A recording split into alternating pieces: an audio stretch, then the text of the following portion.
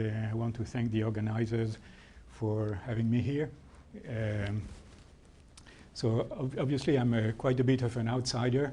I'm going to talk about lattice QCD, basically I would like to describe a catalog of attempts that people in lattice QCD have been making to study and control the sign problem. None of these attempts is working, but maybe one can learn from the failures as well as the successes. And for the few people who are familiar with lattice QCD, you're not going to learn anything new in this talk. So I wanted to try and present what I do in a way that is more familiar to the audience here. So QCD is the theory of strong interactions between quarks and gluons. And a crucial property of QCD is that you do never observe a quark or a gluon by itself. You only observe bound states of quarks and gluons. And the interaction between these quarks and gluons is caused by the charge they carry, which is called the color charge, for lack of a better name. But the objects that you detect in the world are never colored. You never see naked color. You only see colorless, color singlet objects, which are these bound states of quarks and gluons. So there are two, these bound states in general are called hadrons. And there are two categories.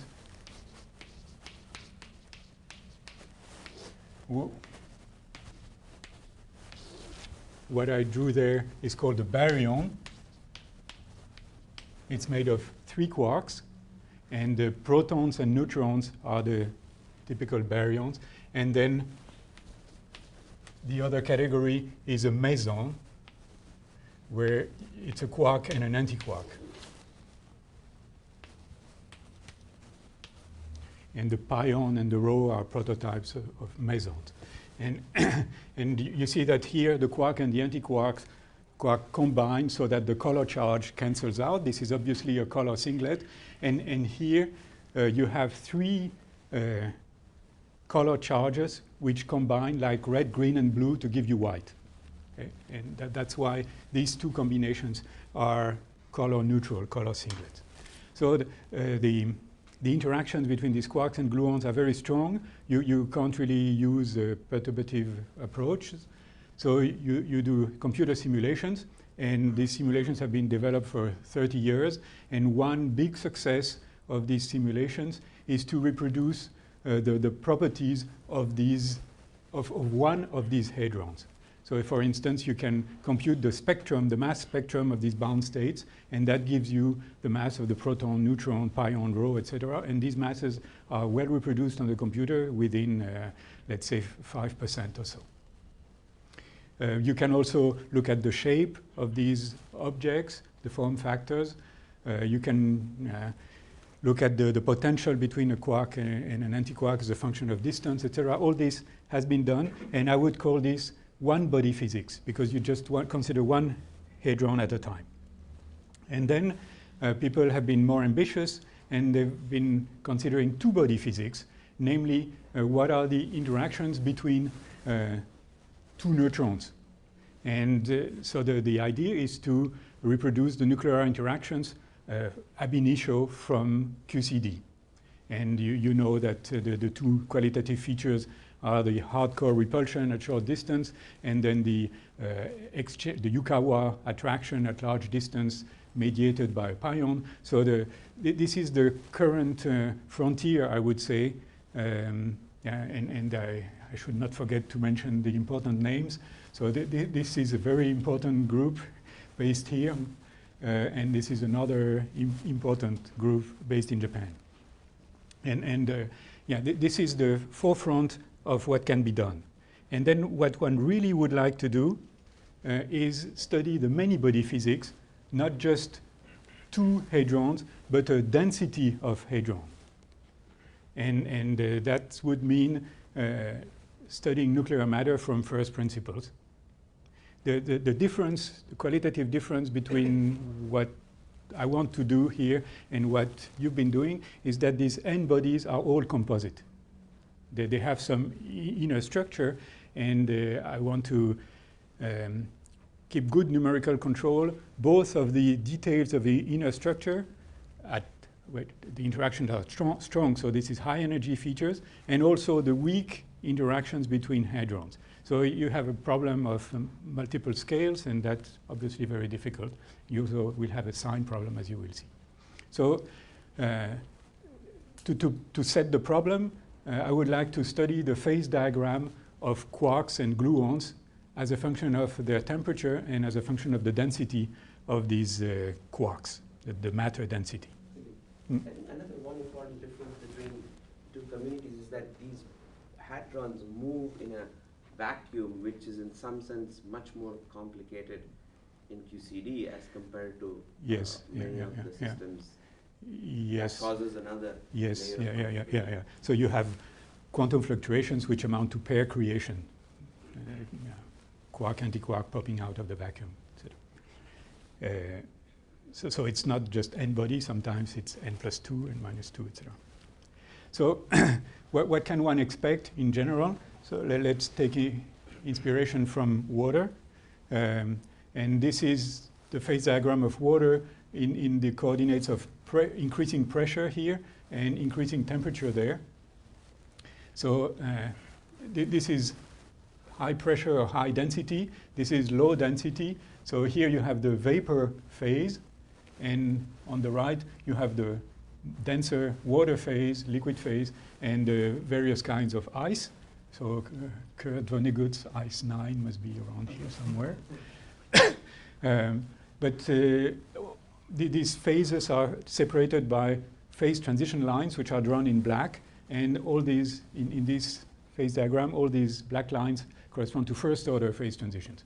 So in particular, if you go from water to vapor, you have a latent heat, and so the latent heat tells you it's a first order transition. If you move up along this line, this black line, the latent heat decreases and eventually vanishes at the endpoint up there, which is a second order endpoint. At the second order transition, the latent heat vanishes, the correlation length becomes infinite. Okay, so well, the question is, what happens to quark matter when you do the same thing? And not much is known. Very, very little is known. So as a good reference, as good as another, I took Wikipedia. And this is Wikipedia's knowledge of the quark QCD phase diagram. So again, temperature here, and here it's not pressure, it's the chemical potential by which you favor quarks over antiquarks. And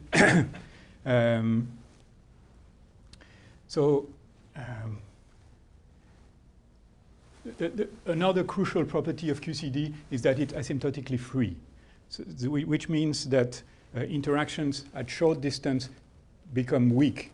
And the shorter the distance, the weaker the interaction. So vice versa, equivalently at high energy, if the energy scale is very high, again, the interactions are weak, and you can use perturbation theory.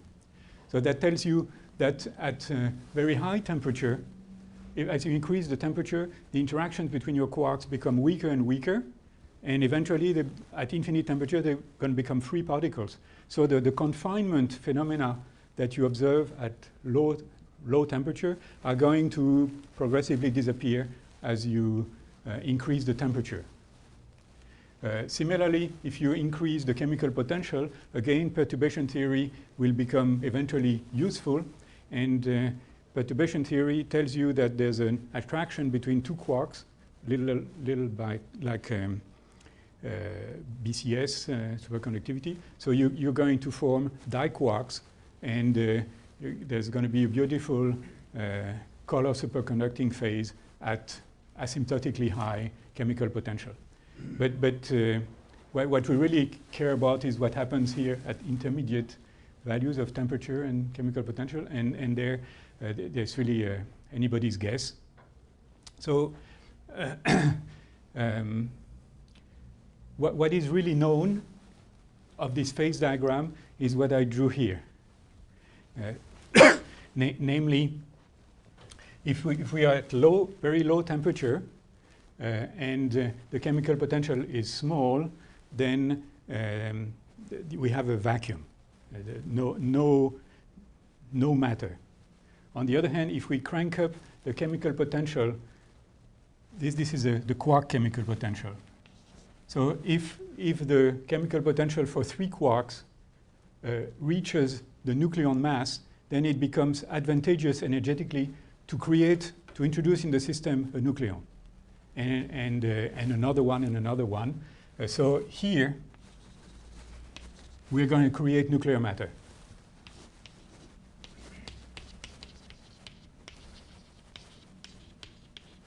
And this goes through a first order transition corresponding to the surface tension of nuclear matter, so 15 MeV or so.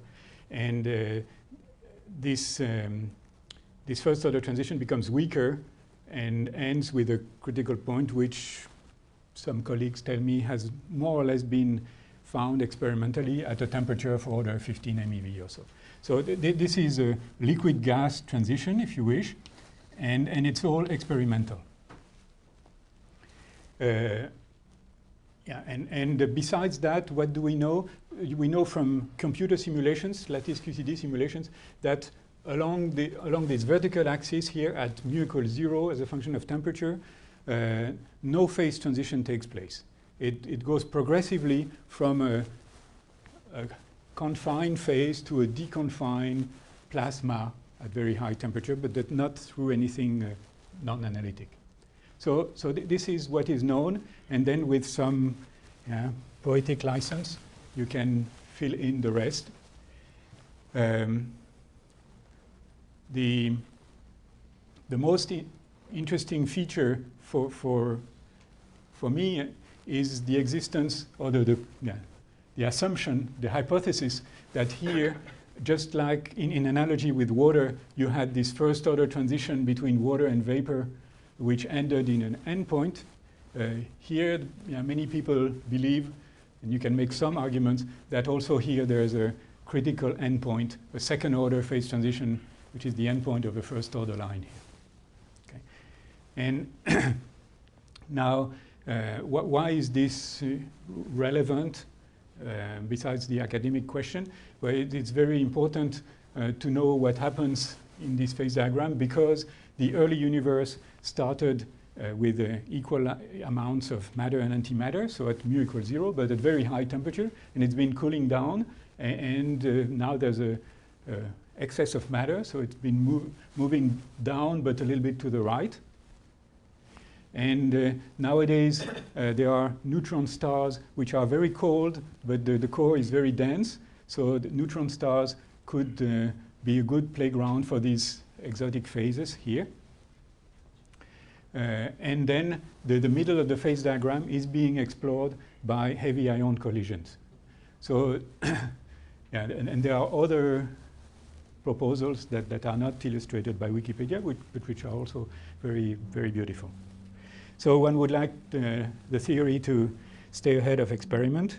And so what do experiments do? They, sorry. Does that picture of a neutron star ignore gravitational effects, which the conventional picture of neutron stars imagines that they formed by gravitational interaction among the nucleons? Right, right. This is a case where you have a finite density of nuclear matter, but there's no introduction of gravity that I see. Here, this is just QCD. All other interactions have been turned off. Coulomb. Provides the chemical potential. Right. Yeah, that's the only So you replace. You replace the. Replace gravity by a chemical potential. Yeah, the gravitational pressure is replaced by mu.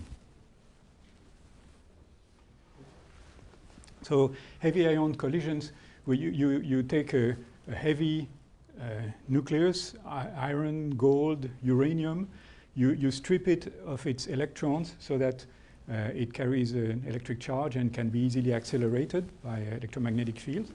So you accelerate such an ion this way in your ring, you accelerate another one in the opposite direction, and once in a while they collide. So each of these ions have been accelerated very much, so relativistically they look like pancakes, and you collide these two pancakes against each other.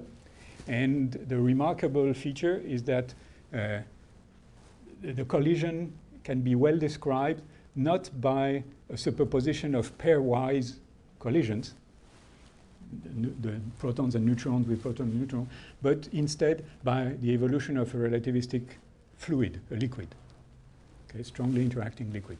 So clearly something is happening. The energy by which you smash these two pancakes is sufficient that the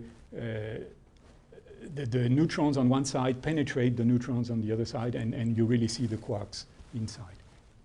So this collision creates a very energetic fireball in which you lose the identity of the neutrons and the protons. You create this liquid. This liquid fireball expands. As it expands, it cools down, and eventually the quarks and the gluons inside recombine into hadrons, which you can observe. So you observe the properties and the yield of these various hadrons, and you try to reconstruct the conditions of the earlier collision in this plane. And the knobs that you can turn are the atomic number, whether it's lead or uranium, and also the collision energy. And if there is really a second order critical point here, then the infinite correlation length at this point is going to affect the yield of, say, pions in this direction and in that direction, because they will all be correlated across this fireball. So one tries to infer the existence and the location of this critical point from the properties of these decay products, and I think it's fair to say that so far there's no sign of this critical point. And there's one big program at Brookhaven, another one at CERN on this. At the moment, you see, I'm not an expert, very intelligent, but the moment when you form the hadrons of the meson, you're dealing actually with the gas, and more or less you know the equation of state, you know the pressure, you know the temperature, and most likely the evolution is adiabatic. Does it go exactly like that, or not? You see, wait, that's... Well, you start from nuclear matter. Yeah. Let's assume you already reached Right, that point. right. You see that from there it should be adiabatic evolution more. So the argument is the evolution is isentropic. And that's what I'm saying. Adiabatic yeah. is the same thing as Okay. isentropic. And so you have But you see, it doesn't look to me that it will go that way. Well, This is the way to go. it goes down and eventually it goes back here. Yeah. Because the adiabatic transformation is a curve which is monochronic like that. So one of the goals of the simulations is to determine the curves of isentropy. And big, But if you're dealing with the gas, you see, it's more or less lower. Maybe the pressure is proportional to the pump, 4/3 or so. but it's not a free gas. It's not dilute and it's not free. Well, the interparticle separation is a little bit larger than the size of the So barrier. yeah, so that becomes true here. In fact, yeah, when you're above this line, then you can say that the degrees of freedom, the useful degrees of freedom, are the quarks and the gluons, and you have many collisions where hadrons of various kinds are produced temporarily as resonances. And then the reaction rates for these inelastic collisions, which produce all kinds of hadrons, this reaction rate goes down very quickly as a function of temperature, and the mean path between collision suddenly becomes larger than the size of your system, Okay, and the let me content ask you then this. freezes. Is there any science behind, you see, the bending of this curve, you see the way you draw it? Mm-hmm. From there on, yeah. Or it's simply a wild guess. So this is just a qualitative guess. Okay. This can be made firm. Okay. Yeah. But again, as we will see, it can be made firm, provided you can really perform simulations inside this plane, and there you have to face the sign problem. Okay, so one big difference between what I've heard here and what I do is that the system is described not at each value of Euclidean time, not by just the position of your n particles, but by a field, phi of x. Okay, so this field phi evolves as a function of imaginary time, and one wants to perform a path integral Monte Carlo, but where the path is a path of field configurations. So to study the evolution of field configurations, you discretize space, you introduce a lattice. So yeah, you work with a 4-dimensional hypercubic grid, and you have 2 degrees of freedom, the quarks and the gluons. So the quarks are notated psi, and they live on the sides of this grid. And the gluons transport the interaction from one quark to another one. So they're associated with links on this grid. Ah, yeah, that will help. Thank you. Okay, so yeah, the links are in blue, and are the gluons. They transport the color interaction from one side to a nearest neighbor. So they're represented by 3x3 matrices, 3 colors, rotating from here to there.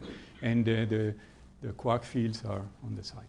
And now this is the partition function, gluon links, antiquarks, quarks. And what is the action? So you discretize the continuum action, of course. You have 2 types of terms.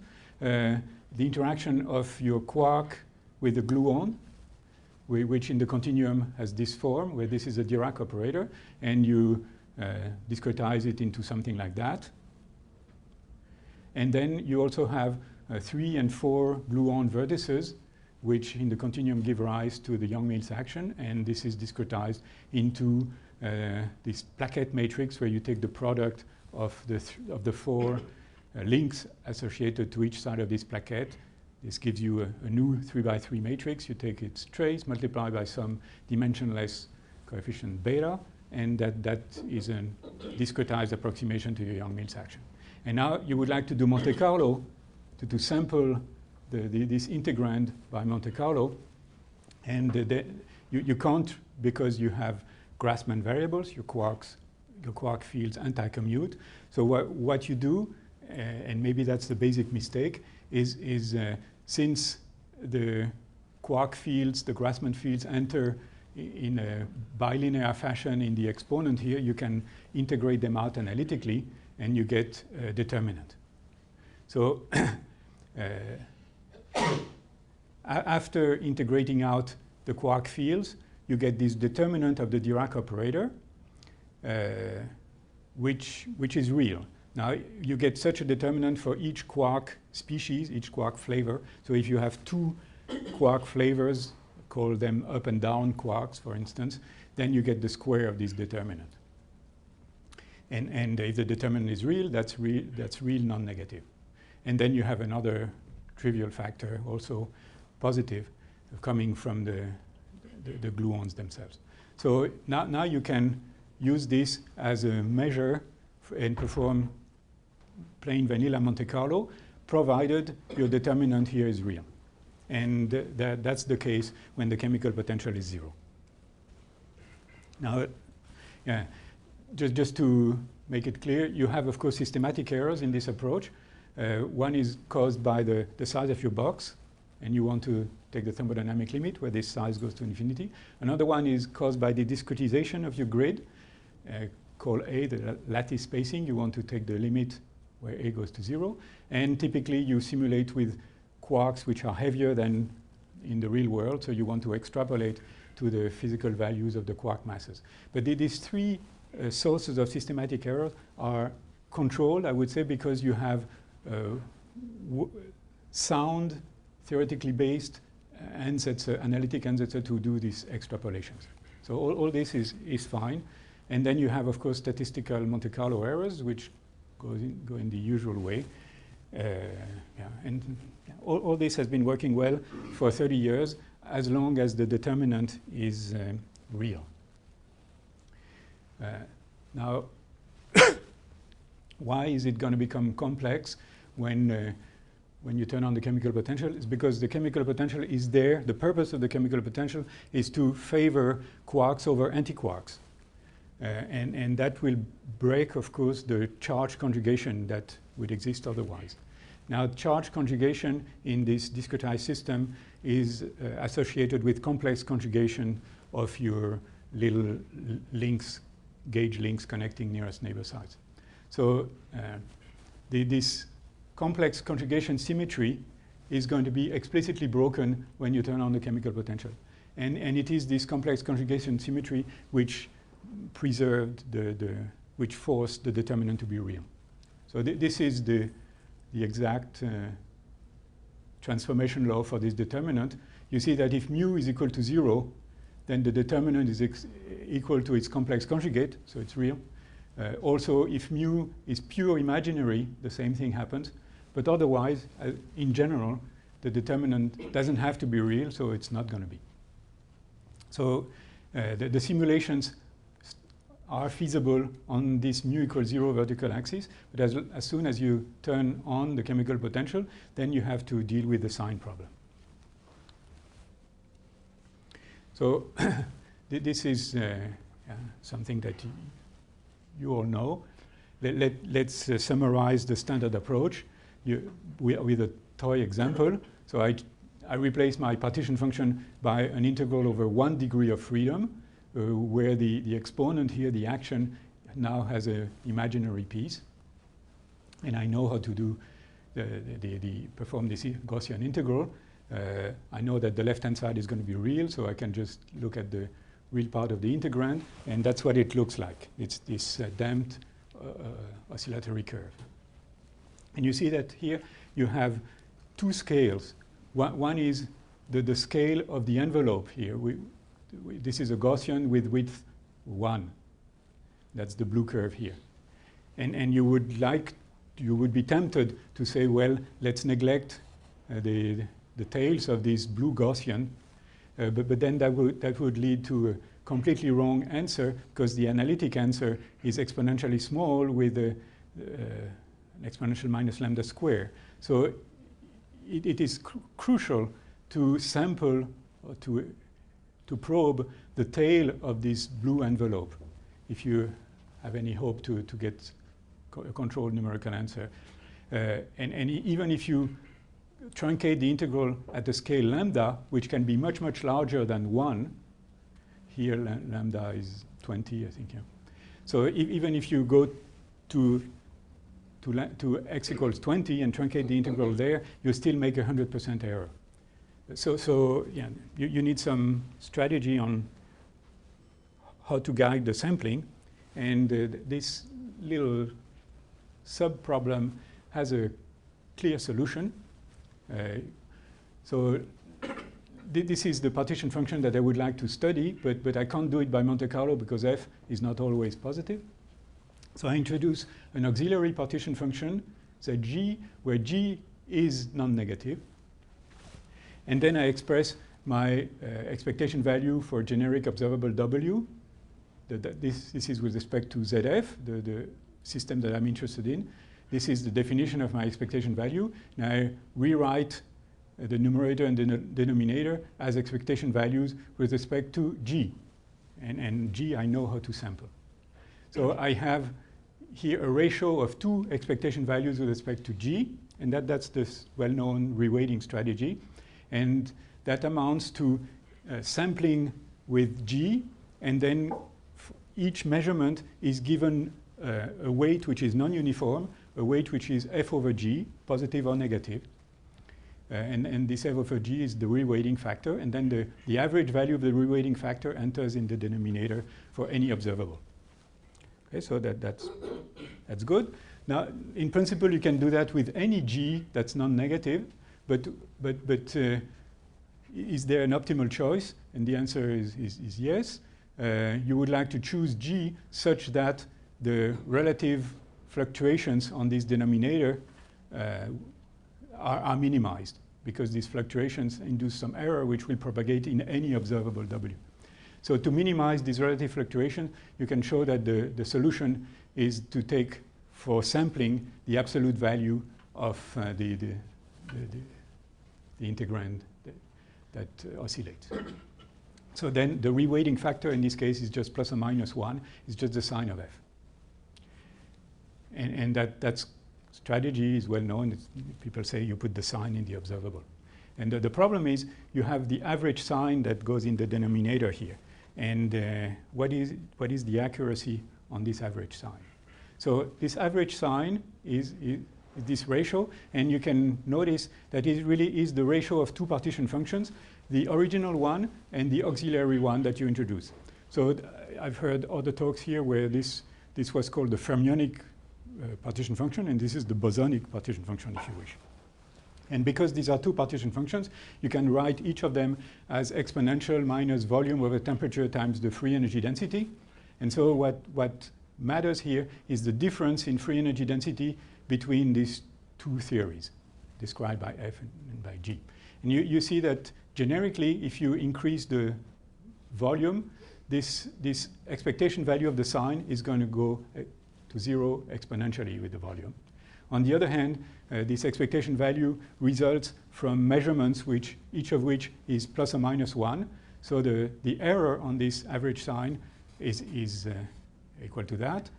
And if you now start to increase the volume, increase the number of degrees of freedom, and want to preserve the accuracy on your average sign, which is essential if you want to keep the accuracy on any generic observable, then you need to compensate the increase in the number of degrees of freedom by an increase in the statistics, which is exponential. Okay, so well-known stuff, but that tells you, first of all, that you should not be too ambitious, and secondly, that the figure of merit of your problem is this difference in free energy density delta F. So if you can predict what delta F is, that's very useful because it will tell you how much computer time you need. So as an exercise to try to drive the point home, I tried to plot the computer resources necessary to study nuclear matter in a box of a given size. And my assumptions were that I can solve the smallest system of a 2 to the 4th lattice, two lattice sites in each of the 4 directions, on my laptop in 10 seconds flat. Let's say that's not unreasonable.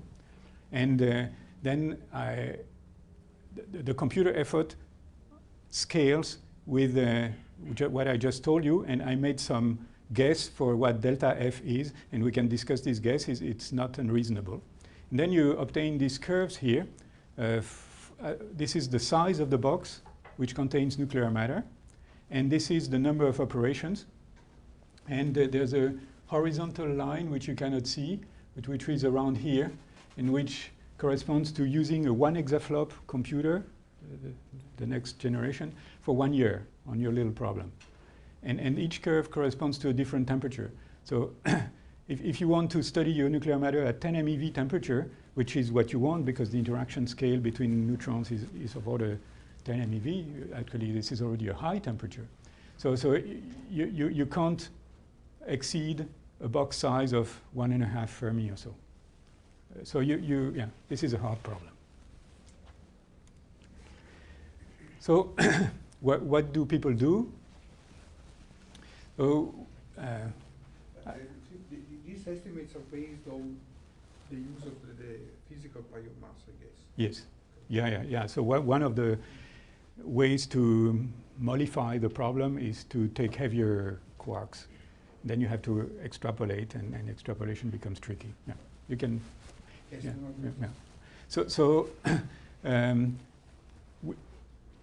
what we would like is to obtain results with respect to the QCD partition function, which has a determinant raised to the power NF, where NF is the number of quark species that we consider. And our little argument suggested that the best strategy would be to take the absolute value of the measure, of the oscillatory measure.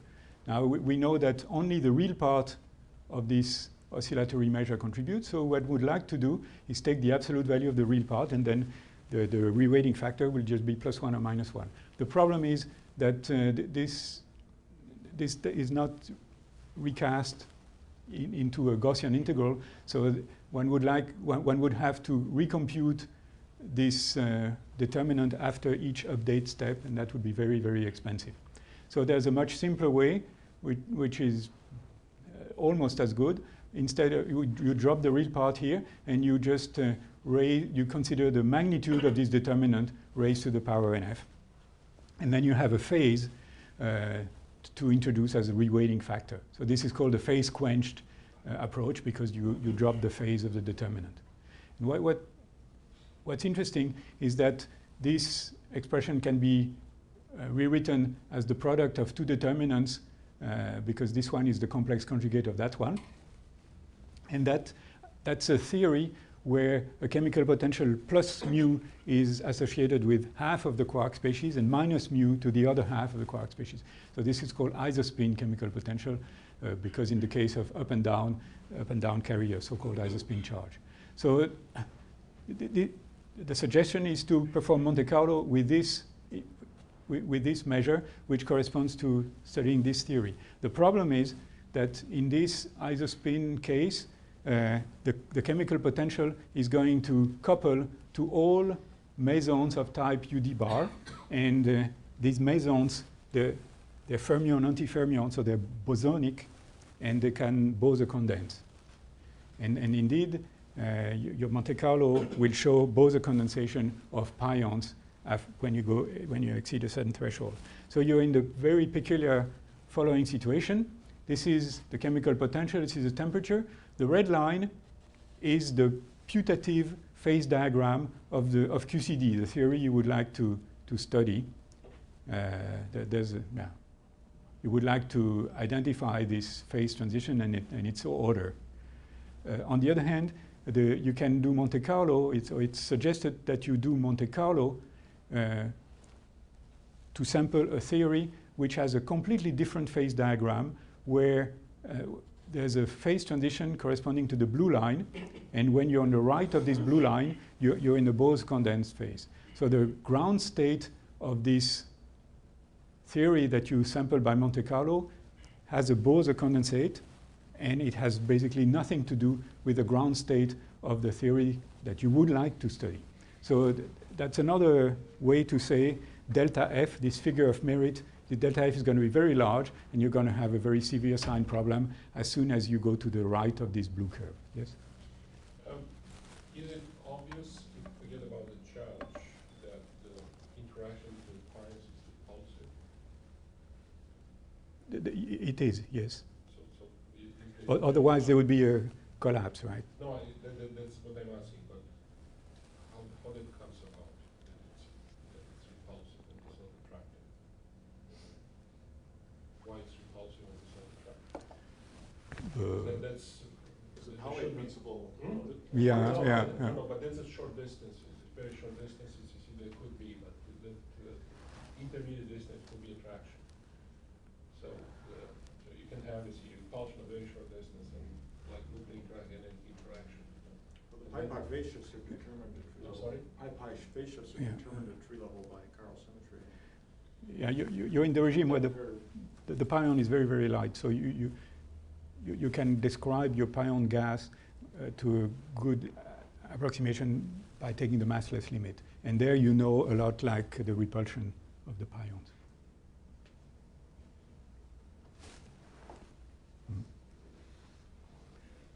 That's a fact. Yeah. I hadn't thought of a more obvious answer, sorry. But yeah, okay, so that tells us that we can pretty much give up on studying this part of the phase diagram, because the sign problems are going to be very severe. But already studying what's on the left of this blue line would already be interesting. And because the average sign is expressed as a ratio of these two partition functions, we can analytically study this delta F using analytic approximations, and that's been done. And in practice, the net result is the following. If you want to maintain an average sign of 0.1 or so, which is what I heard in Ethan's talk yesterday, so that's a small but manageable value, then you can predict under this constraint what is the maximum number of baryons, the maximum number of protons and neutrons that you can have in your box. And it turns out this number is 10. 10 if you're at around this temperature, and it goes down exponentially as you lower the temperature. So that's very bad news, because you would like to make statements about the thermodynamic limit. And so the closest you can get to infinity is 10 here, and much less as you go down. So yeah, it's a tough problem.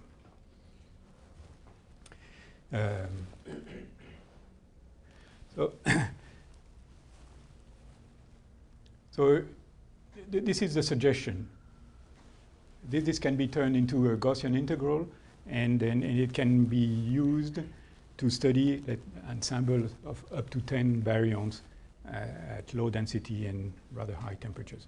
But in fact, historically, I'm not sure why, most people have tried something else.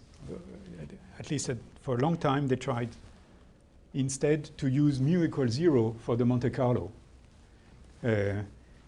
Of course, there's no sign problem at mu equals 0, so you can perform your Monte Carlo, but then the reweighting factor is not just a phase factor, it's a complex number which fluctuates also in magnitude, because the magnitude of the determinant is not the same when mu is 0 or non-zero. So you have to correct for that. And that increases the statistical errors. So how serious is this other problem? It can become extremely serious because of so-called overlap issue. So what happens is that your Monte Carlo will sample a certain region in phase space, which will be totally irrelevant for the theory that you would like, the target theory that you would like to study. So when your Monte Carlo does not include any useful information about the dominant configurations of your target theory. Let's illustrate this on the simplest example. Again, 1 degree of freedom. So let's suppose I sample this Gaussian distribution, which is centered here at x equals 0. So that's my red curve here. That's what I sample by Monte Carlo. But then I'm going to reweight to a shifted Gaussian.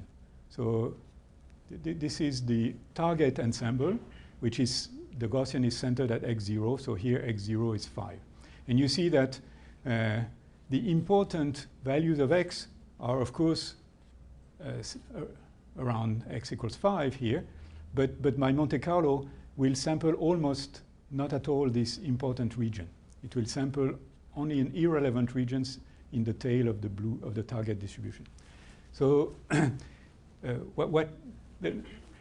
let's ignore this argument and perform the little exercise. Of course, if my reweighting works well, then after reweighting, if I measure the average value of x with respect to this ensemble by reweighting, I should observe that the average value of x is x0, the central value of my shifted Gaussian. So here I plot as a function of x0, I plot the observed average value of x obtained by reweighting. And the correct answer is this diagonal. I know that. But the observed answer is described by this red data. So you see that if my shifted Gaussian is shifted by a small amount, then there's a good overlap between the Monte Carlo and the target ensemble, and I can reconstruct the correct answer, which is along the diagonal. But if I start to shift my target ensemble too much, then I get a saturation for the observed value, average value of x, and this saturation is very easy to explain. It just corresponds to the maximum sampled value of x in my Monte Carlo.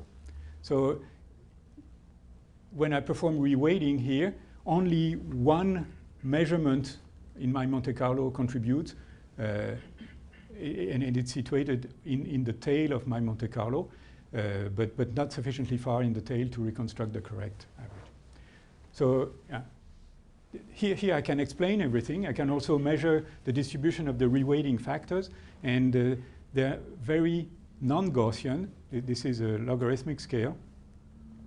Actually, the distribution is log normal, as studied in detail by prestigious people here. And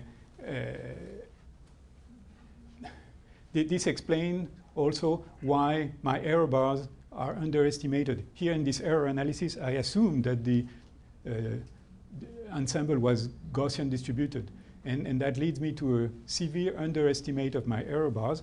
Now, all this is explained in this toy model, but in the real life, this underestimate of the error bars was missed for 20 years, and people were obtaining the wrong answers.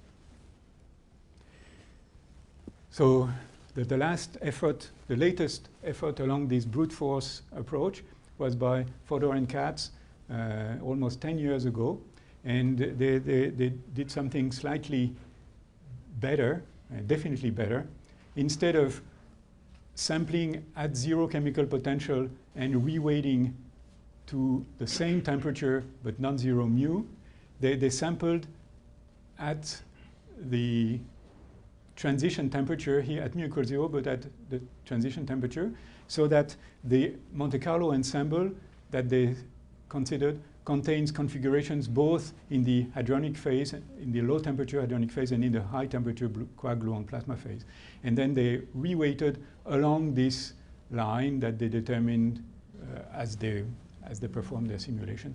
And then they tried to monitor whether this crossover line turned into a phase transition at some critical point. And this is the observable. And to make the story short, it took about 9 years for the community, I would say, to reach a consensus that this statement about the endpoint was just a result of a wrong data analysis along the overlap issue that I mentioned before. Okay. So, yeah, basically what I've done so far is illustrate the reweighting strategy, which is the standard thing you can do, and show all the pitfalls and the different ways by which you can get the wrong answer. So maybe reweighting is only, it's too dangerous. It works in small volumes, but when it breaks down, it doesn't really tell you that it does. So how about a different approach where you would be more confident about the results, but you would only obtain an approximate answer? And there are two variants of this different approach, where you consider this variable mu, the chemical potential divided by the temperature, as an expansion variable. And you perform a Taylor expansion about mu equals 0, or you go to imaginary chemical potential, also there's no sign problem, and then you do an analytic continuation. So the Taylor expansion strategy was pursued by people in Bielefeld and Brookhaven. The idea is to expand the free energy or the pressure in a Taylor series in this variable mu over t. And then the coefficients of the Taylor expansion can be expressed as observables measured in the mu equals 0 ensemble. So you perform a 0 chemical potential, plain vanilla, extensive Monte Carlo simulation in which you measure these complicated observables, and from that you will reconstruct this Taylor series up to some order. So yes? Mu going to 0 is an expansion, it's equivalent to t going to infinity. Yes. And why not use a virial expansion instead? Mm. It will go from high temperatures. So would it be that useful? So you would these Taylor coefficients, of course, depend on the temperature. I understand that, you see, but the expansion, you see, the powers are mu over t, which if I'll do a virial expansion, that's exponent of mu over t. Mm-hmm. And I know how to construct the second virial coefficient. That's relatively simple. The third one is a little bit complicated and so on. But coherent expansion might be an alternative to this expansion in chemical potential. So I'm asking you, see, wouldn't it be a useful approach? My impression is you would end up measuring the same thing. Yeah, but that might converge faster because you'll start from Ah. colony collisions, Oh, then okay. collisions, and so Yeah. on. So that's the Yes, yes, I'm yes. asking. So there are different proposals to resum or reshuffle the terms in this expansion such that it converges faster. Yeah, so virial expansion would be one of them. Another very interesting idea which has not been followed up is to introduce a conformal mapping in the mu-t plane such that the region of non-analyticity is pushed to a unit circle. And then inside this circle you can Taylor expand in the modified variables. So yeah, similar to what you suggest, I think. Okay, so in practice, the question is how far can you go in this in this Taylor expansion, and this is the results for the first three coefficients. Only the odd coefficients matter. So this is C2 as a function of the temperature, and you see you have very accurate data. C4 still pretty good, and you see that there's a peak near the transition temperature, and then C6 has this two-peak structure, etc. And you see that already here the errors, the statistical errors increase, and there's a good reason for that. This is the expression for this C6 coefficient, and you see you need to measure all these traces of complicated operators. These operators are Dirac operators, so they're huge matrices, and you have plus and minus signs, so you have cancellations, and the traces cannot be computed exactly, so what you do is you put a random vector on the left and on the right, and you try to evaluate the trace as an average over these random vectors. This works very well if you have a GPU farm, but still you have tremendous cancellations, and basically the lesson is that the sign problem fights back. You have an exponential growing number of terms in your observable, and the cancellations go like some volume to the power of the order that you want to work at. So okay, the world record is to go to 8th order and yeah, with large errors, and it's not clear whether one can do much better. One would like, of course, if one could go to very high order, then one could estimate the convergence radius of this Taylor expansion, and this convergence radius would indicate to you the nearest singularity, which may well be the critical point that you're after. So yeah, instead of doing this Taylor expansion by simulating at mu equals 0, you can simulate at imaginary mu. Again, there's no sign problem. You fit your observable by a polynomial, and then you analytically continue the polynomial back to real mu. That's trivial. And basically, you have similar difficulties. It's perhaps a little more advantageous computationally, but yeah. There are other strategies that have been attempted. One is to study the canonical ensemble by introducing this delta function in the so you want to constrain the number of baryons in your system, and so you have a delta function which you express as a Fourier transform. And so, yeah. Technically, there's been a lot of improvement on doing this more efficiently, but in practice, it's not clear that you gain significantly. You also, there's an interesting proposal to isolate some variable x, which so you factorize your variables into x that you put to the left, and the rest that you put inside, and then you evaluate this density of states as a function of x.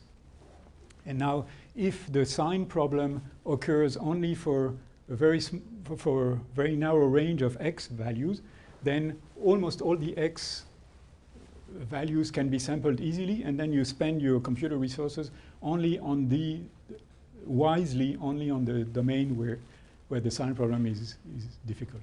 So, yeah. This is, people are still trying this.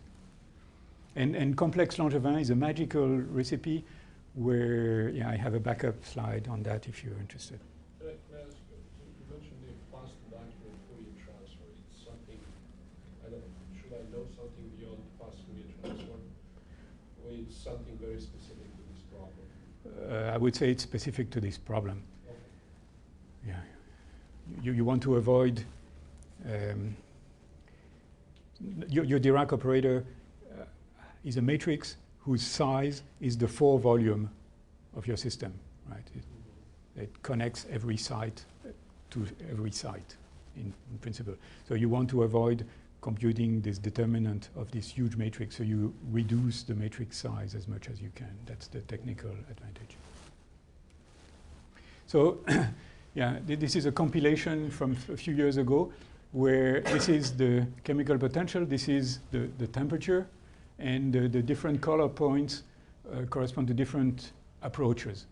And you see that all these approaches give you consistent results for this transition line as long as the chemical potential is reasonably small. Mu over T is less than 1. And then after that, yeah, you have some divergence. You don't know which of these colors to trust, if any. Yeah, in physical terms, the upshot is that here so this is again mu, this is T. You were interested in making a statement about this critical point, this putative critical point. Now, if you extrapolate here, you would like to find a singularity as a function of the extrapolation. And the state of the art tells you that there's no visible signal for such a singularity. And there's some evidence that, on the contrary, here you have a crossover as a function of temperature, and this crossover might well become even smoother as you go to non-zero mu. So there would be no such singularity at all. So this is what everybody's dream in the community was: be the first to discover this point. And what was the quote? That the name of the person who would discover this critical point would be in the textbooks for generations to come. So many people rushed and made predictions, and in the end, yeah, instead of being there, might well be here or here. Or so the strategy is to make a lot of predictions, so you sort of... Yes, yes. So there's the famous plot, which is a compilation of predictions, and basically we'd obtain the same pattern by throwing darts with your eyes closed. Yeah. So there may not be a critical point. This line that I was drawing may not exist. So the phase diagram may look like this, or like that, or where this is just crossover, and there's a phase transition line here. This superconducting phase has to exist from theoretical viewpoint because of perturbation theory. On the other hand, this point here may be very, very far to the right, so far that it's not relevant for any known physics. So one has to continue working until the answer is obtainable. But it's clear that we need methods which allow you to go to larger chemical potential. And here is a proposal. One needs to make this delta F, this figure of merit of the sign problem, smaller, so that one can study bigger systems or larger chemical potentials. And one way, or one source of inspiration is the following. Suppose you knew the eigenstates of your Hamiltonian, then you could perform your Monte Carlo in this basis of eigenstates, and all the transition matrix elements would be either 0 or positive because it's a Hamiltonian. So the sign problem would be solved. Of course, the effort that it takes to obtain the eigenstates is exponential in the system size, so that's not practical. But if all you want is to improve the sign problem to make it milder, then one would like, in some sense, to approach, not necessarily sit exactly in a basis of eigenstates, but approach such eigenstates. And the standard strategy does exactly the opposite. Namely, in QCD, we know that the physical states are color singlets. That's what I told you an hour ago. And colored gluons are not observable. On the other hand, the initial step that was performed in the partition function was to integrate out the quark fields, get this determinant, and do Monte Carlo just with the colored gluons. So we're using, for our Monte Carlo, degrees of freedom, which obviously we know have nothing to do with eigenstates of the Hamiltonian. So it's clearly a bad choice, and yeah, a much better choice would be to work in a basis of colorless states. And this is something that I've been working on. You can do that in some limit where this plaquette term is turned off. That's called the strong coupling limit. And some people have been pioneers in that approach. So yeah, you reformulate your partition function in terms of graphs, and you do Monte Carlo with these graphs. And the crucial point, as far as I'm concerned here, is that this delta f, it can be measured. The sign problem is not eliminated, but this delta f, in comparison with the standard approach, is reduced by 4 orders of magnitude. That allows you to multiply your system size by this factor. So it's, instead of having a miserably small lattice, you can now make statements about the thermodynamic limit reliably. And you can obtain the full phase diagram, et cetera, et cetera. Okay. Yeah, so we're stuck, but this is the frontier, and we should all jump into this. Thank you very much.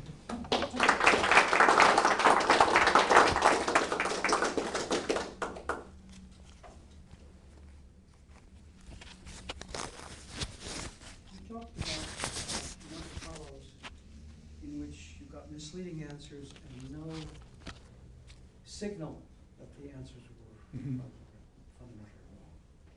When you choose an importance function, it's easy to choose one for which moments of the reweighted estimator do not exist. For example, right. The second moment might not even exist, or the third, or the fourth moment might not exist. When that happens, it's very easy to fool yourself. Yes. So you have to make sure that these moments exist. Now, was that the explanation of these misleading results, or was it associated? Yes. Yeah. Either these moments don't exist, or simply the distribution of these reweighting factors has such a long tail that it cannot be explored within reasonable computer time. Well, if the moments exist, then the tails aren't so bad. But that's something that's typically easy to check before you do the calculation. Do these moments exist? How do you check if you don't know the answer? You do a little analysis. Look at the yeah, so in some limits you can be guided by theory and yeah. Or you. But in general, if you don't know the answer, you don't know it. I guess in the problems we have usually, it is easy to check. I mean, because there's certain places, singularities where things can diverge or something like that. Maybe there are problems much more degrees of freedom. Yes, yes. So another simple check is suppose you double your statistics, you should stay consistent with the previous estimate. When the moments do not exist, that's very hard. Even that's very exactly. hard. So that's one way to detect it. So well. But plotting this distribution of estimators. Yeah. If you have a good enough statistics, you can see a tail, right? Absolutely. Yeah, You have to look at the tail of the estimators, reweighted estimators. So in the case of QCD, it's a little more complicated because the reweighting factor is actually complex. So but you're completely right, and the people were not careful enough for a long time. So the figure of merit that you showed us, basically the difference between free energies of the system with the importance function and the real system that you Exactly. want to deal with. Yes. However, that does not take into account how complicated your importance function is. So suppose you have an importance function which is very complicated, computationally intensive to determine, but it reduces that gap. Yes. So that, that may not be the only criterion that's Right. So I try to make the point here. This would be, this expression here is better than this one. It gives you, this one gives you a smaller delta f, but computationally it's much worse because you have this determinant that you need to compute at every step. Whereas here you can replace it by a Gaussian integral which you can sample. So is it possible to come up with a similar quantification of that as well? Like one number?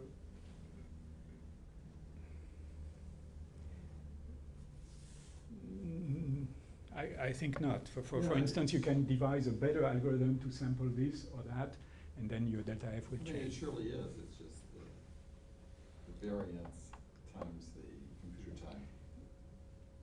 Yeah, but the effort to sample this measure depends on how clever you are. Yeah. Yeah. It There- does. there's It no depends on how much theoretical- hardware money you have and things like that, that's true. I mean, some algorithms make you better on some computers too, right? True. But there's the third factor you didn't consider, and that's the autocorrelation of the Right, data too. right. And that's usually, you cannot Yeah. get a good feeling for that without doing a lot of calculations. And that also depends on the Monte Carlo algorithm. Yeah. So this is only part of the answer, yes.